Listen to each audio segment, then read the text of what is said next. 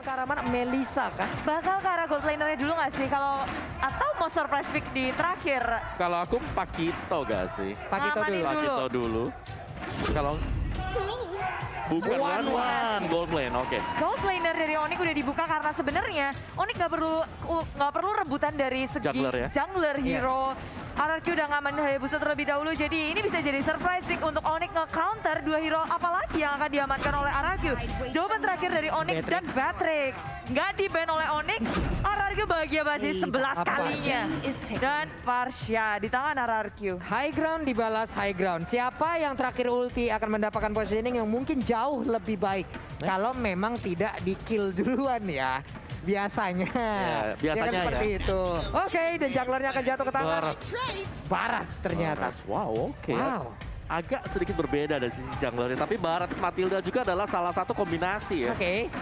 Jadi kombinasinya di sini Baratsnya bakal ada heal, dapat efek heal juga dari Matilda ketika ada Guiding Wind. Dan juga dia bisa diselamatkan dari Matilda dengan Guiding Wind-nya. Cuman balik lagi, sekarang dari arah Kyoshi mereka punya Franco. Ya. Sekuat apapun, sekeras apapun, punya purify sebanyak apapun. Sekalinya Bloodhound nyangkut, ya udah. Anteng dulu aja dan itu akan membuka kesempatan untuk hero-hero lainnya bisa memberikan damage tambahan terhadap pemain-pemain yang ada. Jadi sekarang RRQOC versus Onyx Esports. Udah akan langsung kita mulai Royal Derby di leg yang kedua di antara kedua tim ini.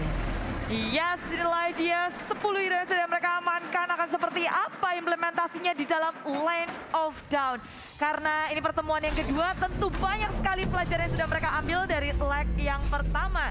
Inilah dia pertarungan pertama di game yang pertama. RRQ dan juga Onyx sudah menempati posisinya masing-masing.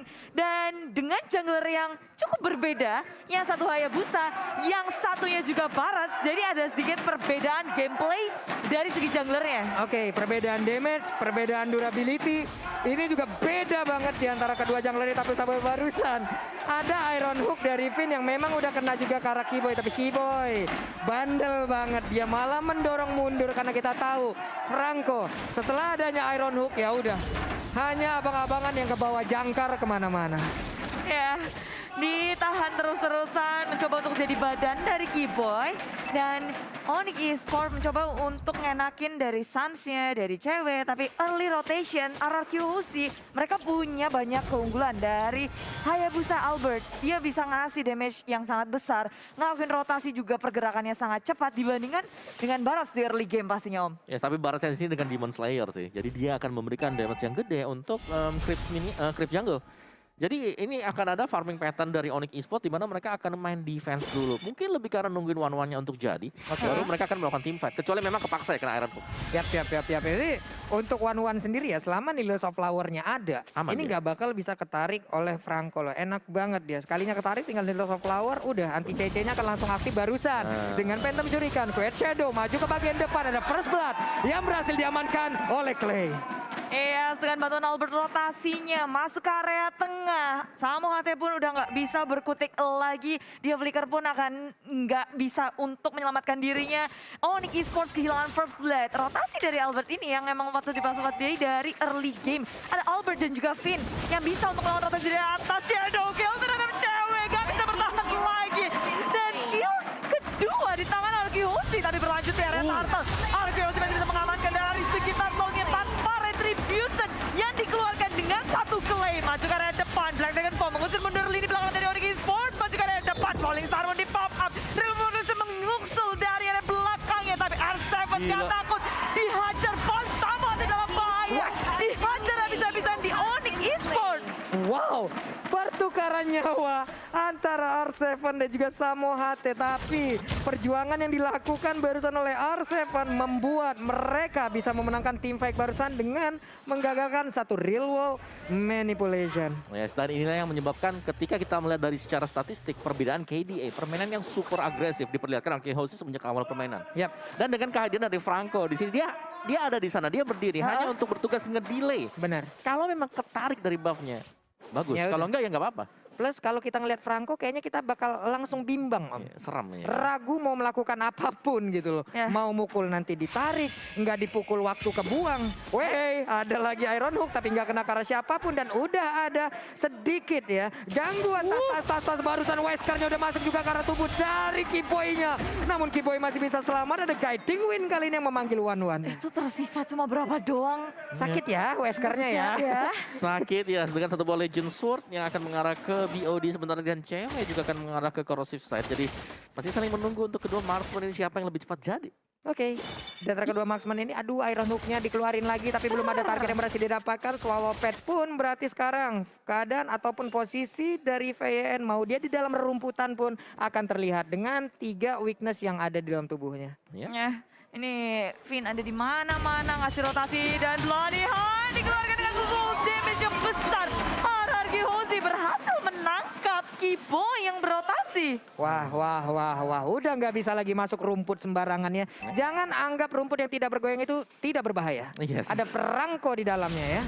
Ya, dan lihat bagaimana tadi penggunaan skill dari RRQ Hoshi. Karena mereka yakin mereka bisa langsung dapetin satu, mereka all in di sana. Yap, langsung aja Matilda menjadi korbannya. Turtle pun kali ini tanpa adanya kontes akan berhasil diamankan oleh RRQ Hoshi.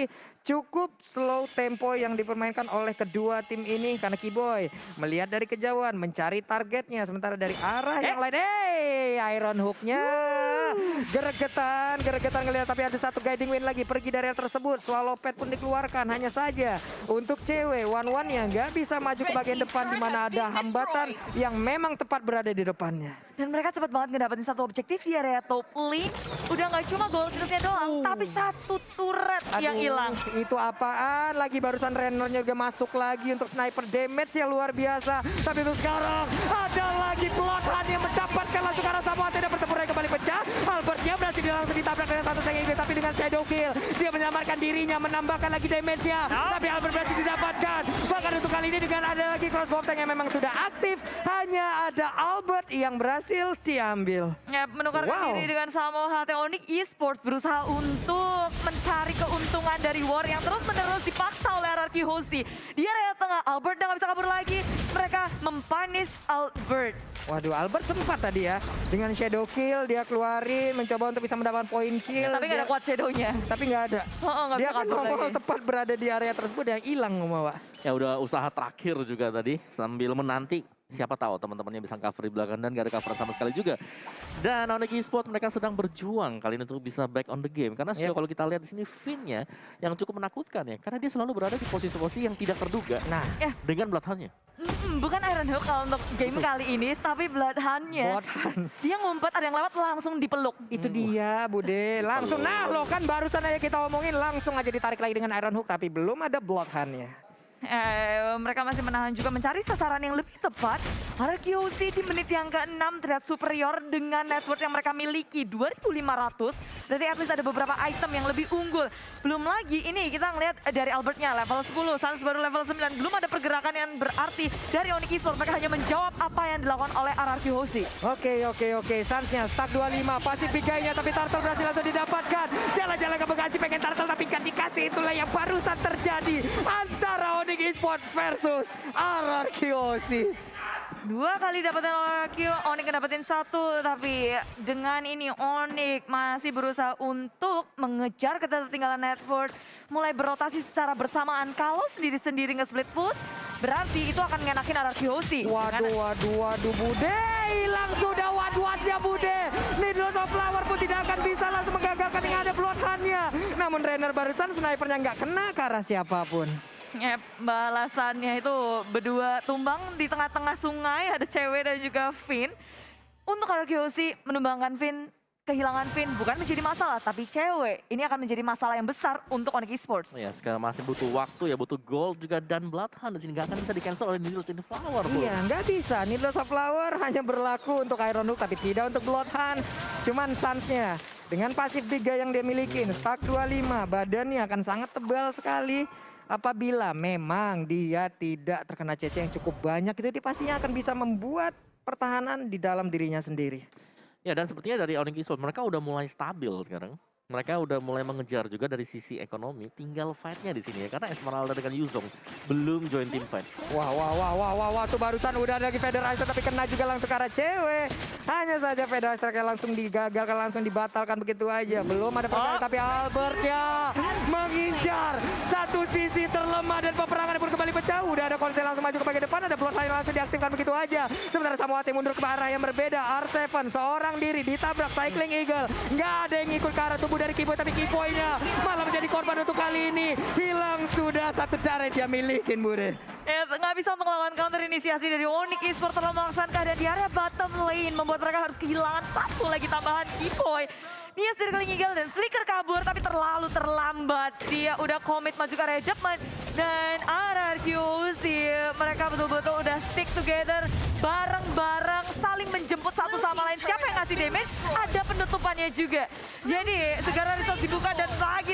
Better di pop up CW dalam bahaya. Udah terlalu low. CW masih bisa selamat. Tapi Albert mengincar karya Sun. Karya di belakangnya Onyx mundur secara teratur. Tapi Suns menjadi korban. Wow, dan cewek pun selamat dengan satu WWN di dalam tubuhnya. Barusan ada Shadow Kill juga yang udah nyenggol ke arah tubuh dari One. Cuman RRQC kali ini terus memberikan sebuah serangan yang membuat Onyx sulit untuk berkembang nih, Om. Yes, dan players gold oleh Livin by Mandiri, Albert Skylar di sana. Wow. Dua pemain yang bisa memberikan burst damage terjadi lagi. Itemnya mereka cepat jadi. Mereka bakal bisa menggerus untuk mendapatkan point kill. Dan dari sisi itemnya juga Albert, BOD udah siap, Endless Battle sebentar lagi akan menyusul. Itu Rennernya masuk lagi, Snipernya masuk lagi. Skylar terus-terusan berulah, ada Konsel juga yang udah diaktifkan. Swallow Pad dilemparkan, terkena ke arah Finn. Ada 4 weakness point di dalam tubuhnya. Yang pastinya untuk kali ini dia bersembunyi di dalam rumputan pun pasti akan kelihatan. Namun satu inner turret di area top lane pun berhasil langsung diamankan. Terus ngegulung dengan adanya satu Lord di area top lane, di area bawah ada R7, Iron Hook nggak connect ke siapapun, tapi Onyx masih bisa mendefense inhibitor milik mereka. Di area atas, tengah, bawah masih aman untuk Onyx. Oke, masih aman lagi. Satu inner turret di tengah, di atas, di bawah, semuanya udah remuk. Hanya ada 3 base turret yang melindungi mereka saat ini. Namun kalau dari minimap kita lihat ada serangan dilakukan oleh Albert ke depan, bahkan dengan retribution yang langsung dia tekan menuju ke arah One-nya masih bisa selamat. Ya, RRQC mereka bisa memainkan banyak sekali playstyle. Dengan adanya Albert, Hayabusa dia bisa nge-split cepet banget. Sedangkan Onyx agak sedikit sulit kalau mereka mau ngelakuin split. Mereka harus bisa kuat untuk dalam peperangannya. Tapi peperangan yang terus dilancarkan RRQC selalu Onyx Esports belum siap. Ya. Terculik satu seperti misalnya Franco-nya yang buka. Dan membuat fight-nya jadi 4-5 sama sekali gak fair untuk Onyx Esports. Dan sepertinya objektif berikutnya akan dimainkan bagi RRQC. Betul, jadi kita belum bisa melihat kekuatan penuh war dari Onyx Esports karena dari timing yang RRQ bawa terus-menerus, Onyx selalu bisa untuk ditarik kepada gameplay RRQ. Ya, itu dia. Permainan agresif, pick off satu pemain. Kita unggul kuantitas, kita gak perlu fight fair. Yap. Iya kan? Ngapain fight fair gitu? Culik satu-satu aja. Gitu. Apalagi memang dari segi targetingnya ini RRQC ngeri banget. Tadi Hayabusanya bisa narget langsung ke arah si One. Yap.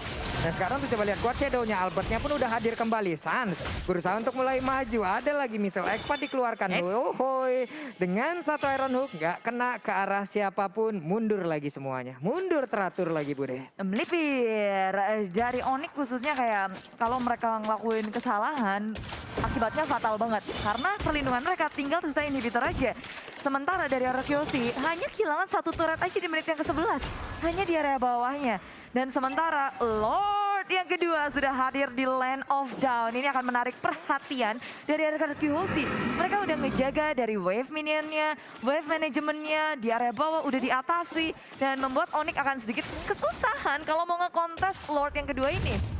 Wah, ini udah dicolek masalahnya nih. Akan seperti apa kejadiannya nih. Karena kalau kita lihat di bagian atas, ada Void Crystal yang udah dikeluarin juga. Sementara Kiboy mencari informasi untuk maju ke bagian depan. Kiboynya sudah masuk ke dalam area dari Fearlord itu sendiri. Di belakangnya begitu banyak pemain-pemain Onyx udah mulai hadir. Tapi Finn-nya siapa yang akan langsung ditangkap karena udah ada Bloodhound. Namun masih digagalkan begitu aja. Udah dari One Manipulation. Namun untuk kali ini Lordnya berhasil langsung diamankan juga oleh Skylar. Patricknya bermain begitu baik. Tapi udah ada Franco juga yang berhasil diamankan. Finn-nya udah gak kuat lagi. Albertnya berusaha untuk kabur yang tersebut. Dengan adanya satu lagi energy impact, bahkan barusan Skylar entah dari mana datangnya damage yang sangat besar masuk ke arah tubuh pemain Onyx. Wow, itu nggak disangka pasti damage kagetan. Langsung headshot ngedapetin satu Suns dan itu Suns. Oh no. RRQ akan melaju bersama Lord ke dalam inhibitor milik Onyx Esports. Onyx dalam kondisi bertahan mencoba untuk melakukan defense di laning yang terus-menerus digerakkan oleh RRQ. Wah, ini Skylar dalam posisi yang sangat-sangat baik pula. 301 adalah damage yang dimiliki ataupun KD yang dimiliki. Tapi sekarang Shadow Kill-nya udah mulai masuk ke arah tubuh beroleh dari milik Onyx Esports. Ada Feather Eye Strike lagi dan Lord pun menghilang, berarti ada nafas tambahan untuk Onyx kali ini. Ya, walaupun kehilangan satu inhibitor tapi Suns lagi pelarian dikeluarkan. Ada Duke yang Onyx mandi mantap. Suns mencoba untuk kabur tapi tengok semua resource dikeluarkan. R7 mengambil rally di belakang. Cewek masih bisa mengeluarkan resource tangnya dan R7 tumbang. Tapi sekarang membalas itu R7 hilang ditukarkan dengan Cewek dan juga Giveboy. Wow, ini akan menjadi sebuah momen yang sangat indah untuk RRQ karena sekarang dengan Paling Storma dia maju ke bagian depan tapi udah bisa langsung menghilangkan beberapa wave minananya saja. Kali ini wipe out untuk Onyx Esports yang kemenangan hadir untuk RRQ. Wow, game pertama disetir habis oleh RRQ Hose. Oh my god, mereka benar-benar menunjukkan bahwa kedisiplinan mereka, rotasinya, segala macam yang ingin mereka dapatkan, didapetin. Wow, ini benar-benar dari awal, dari menit awal Om, sampai akhir. Ini kayak kita ngeliat serangan itu ke atas, dan ke atas. Nggak ada serangan ke bawah gitu loh. Ya, susah sih tadi buat Onyx Esports ya. Mereka kalau mau ngebalikin keadaannya